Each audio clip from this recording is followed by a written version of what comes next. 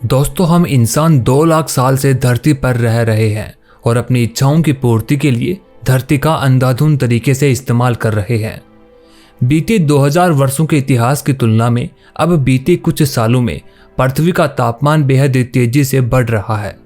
पिछले कई दशकों से लगातार वैज्ञानिक बता रहे हैं कि जीवाश्म ईंधन के जलने से ग्लोबल वार्मिंग की आग तेजी से धधक रही है।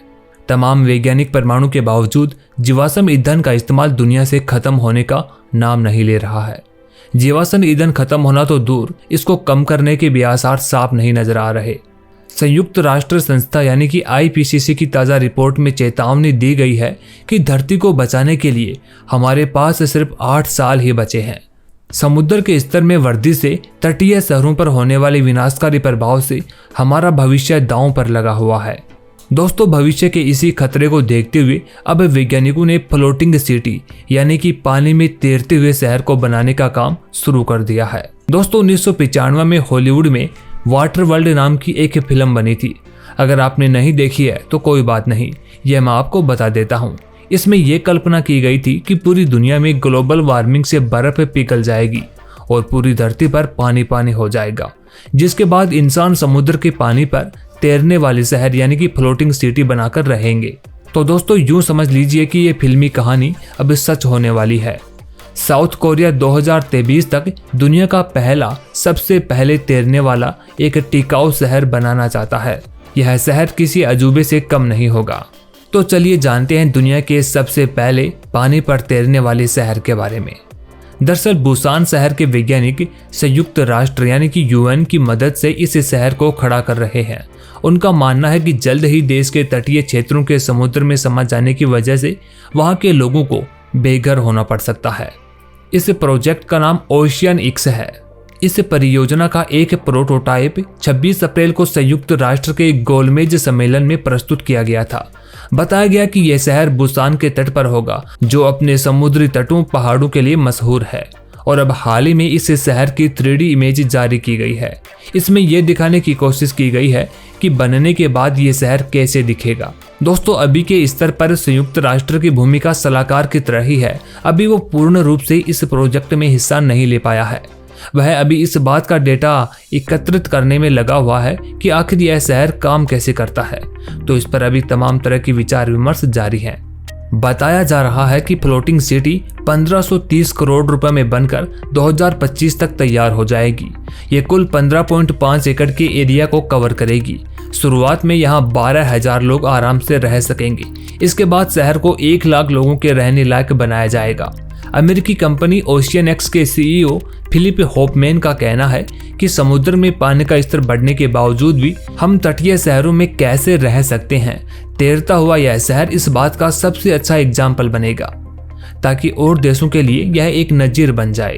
दोस्तों, इस शहर में छोटे छोटे आइलैंड तैयार किए जाएंगे जिसमें इंसान रहेंगे। यह शहर अपने लिए खाना खुद तैयार करेगा। यहाँ साफ पानी की पूरी व्यवस्था होगी। खरीदारी के लिए पानी में ही बाजार लगेगा और खरीदार करने वाले लोग बोट के जरिए एक आइलैंड से दूसरे आइलैंड पर सफर कर सकेंगे। प्रोजेक्ट रिपोर्ट में दावा किया गया है कि इस शहर में बाढ़ का खतरा नहीं होगा। दरअसल पानी में बनाए जाने वाले आइलैंड बाढ़ के खतरे को कम करेंगे। ये प्राकृतिक आपदाओं जैसे कि बाढ़ हो गई, सुनामी हो गई और कैटेगरी 5 हरिकेन से भी बचा रहेगा। बिजली के लिए इस शहर को कोई टेंशन लेने की जरूरत नहीं होगी, क्योंकि यह अपनी बिजली खुद बनाएगा। शहर की इमारतों की छत पर सोलर पैनल्स लगे होंगे, जिससे कि बिजली की आपूर्ति होती रहेगी।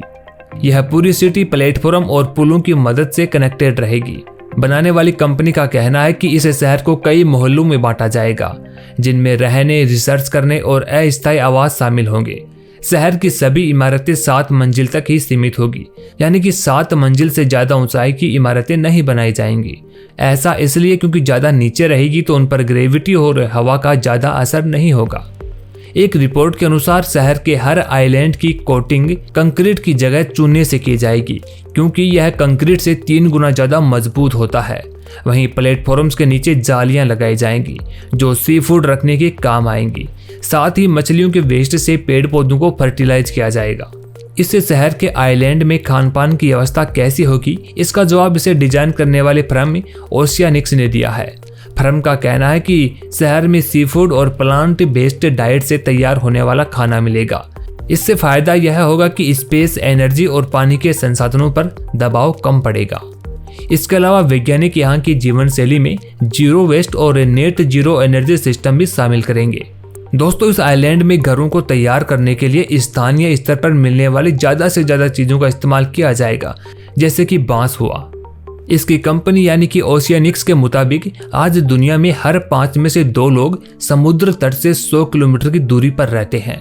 ऐसे में उन पर जल स्तर बढ़ने की वजह से बाढ़ आने और बेघर होने का खतरा मंडरा रहा है। वहीं प्रोजेक्ट में शामिल आर्किटेक्ट बजर के इंगल्स कहते हैं कि ओशियनिक्स की फ्लोटिंग सिटी ऐसी कम्युनिटीज के लोगों को रहने की जगह देगी जो सबसे पहले क्लाइमेट चेंज का असर झेलने वाले हैं। हालांकि अभी तक ये बात साफ नहीं है कि लोगों को यहाँ लाकर बसाया जाएगा या फिर वे खुद ही इसके लिए रेंट देंगे।